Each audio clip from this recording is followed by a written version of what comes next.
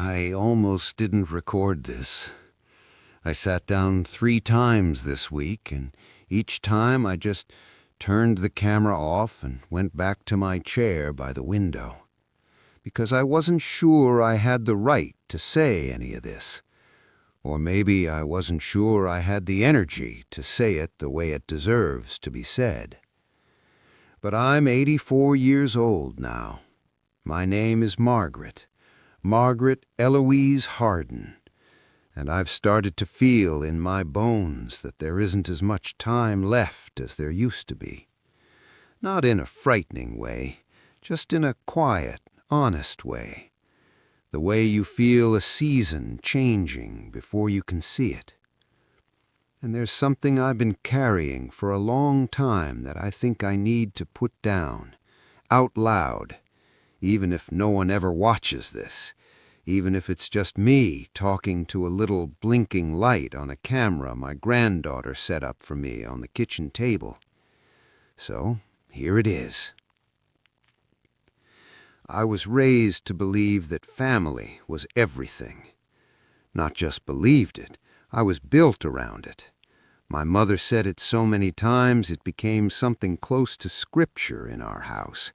Family is all you have. Blood doesn't lie. You forgive family because that's what love means. And I was a good student of that lesson. I was obedient to it for decades, long past the point where it was doing me any good. I think about my brother Raymond a lot these days.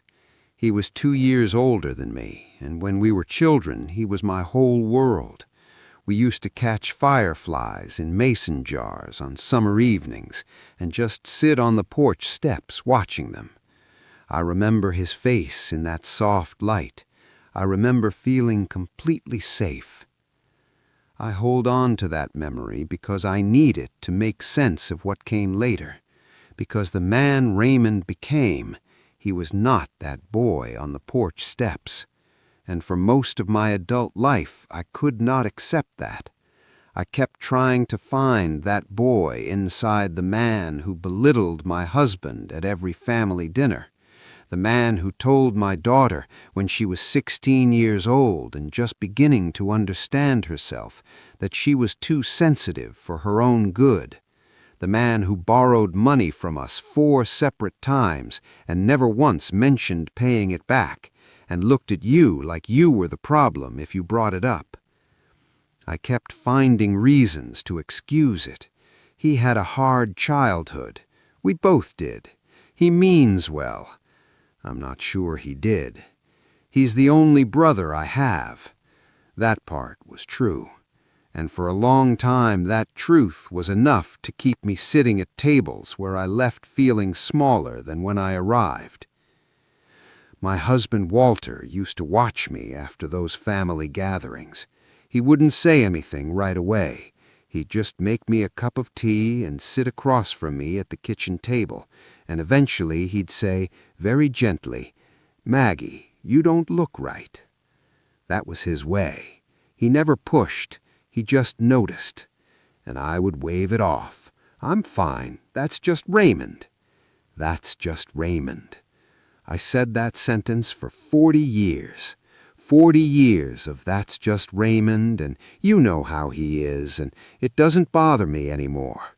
And every time I said it, some small part of me knew it wasn't true. It bothered me. It bothered me deeply. It sat in my chest like a stone I'd learned to breathe around.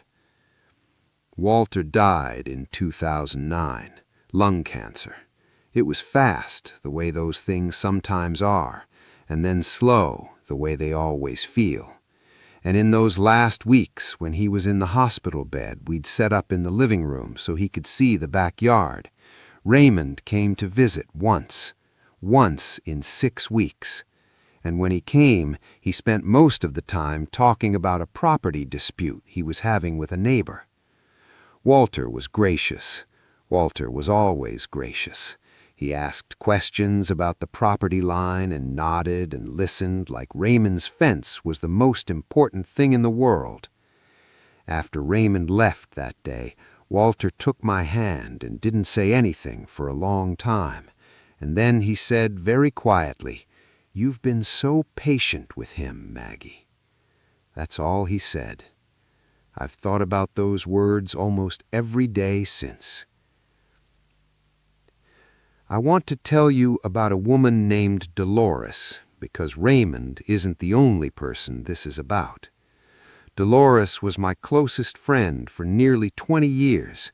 We met at church back when my children were still small, and she was funny and warm and sharp in a way I admired. We had coffee every Thursday morning for years. I knew her children's names, her worries, the way she took her eggs. But Dolores had a particular gift for making you feel in very subtle ways that you were somehow not quite enough. It was never loud. It was never something you could point to and say, "There, that's the thing." It was more like a series of small tilts, a comment on the way I dressed that was framed as a compliment, a story she told that somehow always ended with her having made a wiser choice than whoever else was in it, the way she would go quiet when something good happened for me and then change the subject. I noticed it for years before I let myself know it. There's a difference between noticing and knowing. Noticing you can brush away. Knowing sits down with you. The moment I finally knew about Dolores was so small I'm almost embarrassed to say it. My youngest, Caroline, had just been accepted in a graduate program she'd worked toward for 3 years. I called Dolores the way I had always called things that mattered. And she listened, and she said, "Oh, that's wonderful. Did I tell you my nephew just got into law school?" And she did. She told me about her nephew for the next 10 minutes. I hung up the phone and sat in my kitchen, and something in me just settled, like a snow globe when the snow finally falls. And I thought very clearly, without any anger at all, she has never once in 20 years just been happy for me. I didn't call her the following Thursday or the one after that. She called me a few times, and I kept the conversations short and warm, and eventually they stopped. There was no fight, no explanation, just a quiet ending to something that had been costing me more than I had ever let myself calculate. And here's what I want to say about that, even though I don't quite have the words for it. The absence of Dolores in my life felt like setting down something heavy I'd convinced myself wasn't heavy. I'm not saying any of this was easy. I want to be honest about that, because it wasn't. With Raymond, there was grief involved, real grief, not for who he was, but for who I had always needed him to be, for the boy with the fireflies. You don't just get over grieving a version of someone who never quite existed, or who existed once briefly and then disappeared into something harder. After Walter died, I slowly, very slowly stopped returning Raymond's calls with the same reliability. When the holidays came, I started choosing which ones to attend and which ones I'd stay home for, telling myself I wasn't feeling well, which was true in ways he wouldn't have understood. And one year, I just didn't go, and the year after that. And he was angry for a while, in his way. A few sharp voicemails, a complaint passed through my cousin, but the anger faded, the way things do when they're not being fed. The last time I spoke to Raymond was at our cousin Beverly's funeral about 6 years ago now. We were polite. We were even kind in the surface way that's possible between people who have a long history and a longer distance. He looked old to me. I suppose I looked old to him. And I felt something standing next to him that I hadn't expected to feel. Not anger, not sadness exactly, just the absence of the dread I used to carry into every room where he might be. That constant low-level bracing, that readying myself, it was gone. And the space where it had lived all those years felt very quiet. I'm 84, and I've had a good life. I want to say that plainly. A genuinely good life, full of people I loved well and who loved me back. My children, Walter, a handful of friendships that were the real thing, where you could call at 2 in the morning and they would answer, and you never once had to brace yourself. But I spent more years than I should have tending to connections that were taking something from me. Not because I was foolish. I wasn't foolish. I was loyal. I believed loyalty, endurance, patience, these were the marks of a good person. That if you could just hold on and forgive and show up anyway, eventually things would shift. Sometimes they do. I don't want to pretend they never do. But sometimes what you're really doing is just spending yourself, spending the years and the energy and the emotional steadiness that you could be bringing somewhere else, to someone who would hold it carefully instead of leaving it in a heap on the floor. I think about the Thursday mornings I spent with Dolores, and I wonder sometimes what I might have done with those mornings instead. That's not bitterness, I want to be clear about that.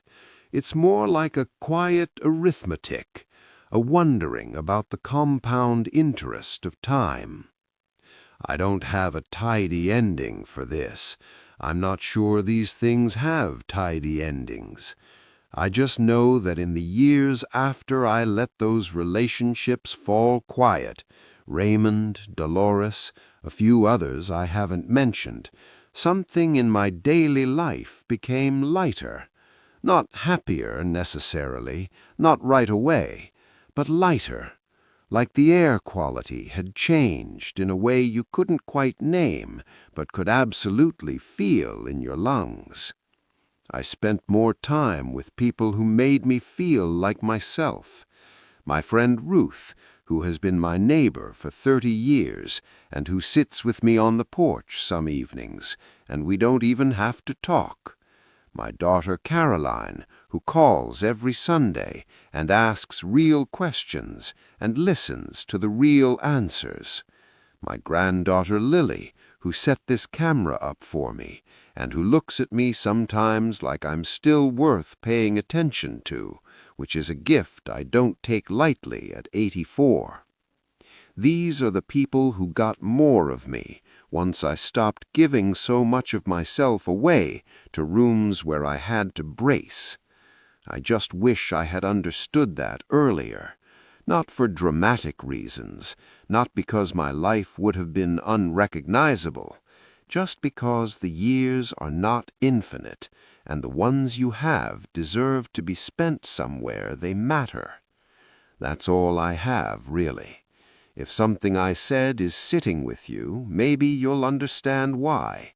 Maybe you're bracing for something right now, and you know exactly what I mean by that word. Maybe you've been calling it loyalty for a long time, too. I'm not telling you what to do. I'm just an old woman sitting in her kitchen, finally saying a few things out loud. If you want to leave a comment, I'd like that. My granddaughter reads them to me. She says some of you have written things that made her tear up, which I think is the nicest thing I've heard in a long time. Take care of yourselves, the real version, not the version you perform for people who make you brace. Just yourselves. You came here looking for wisdom. I hope you found it. If my words resonated with the heavy parts of your soul today, consider staying a while.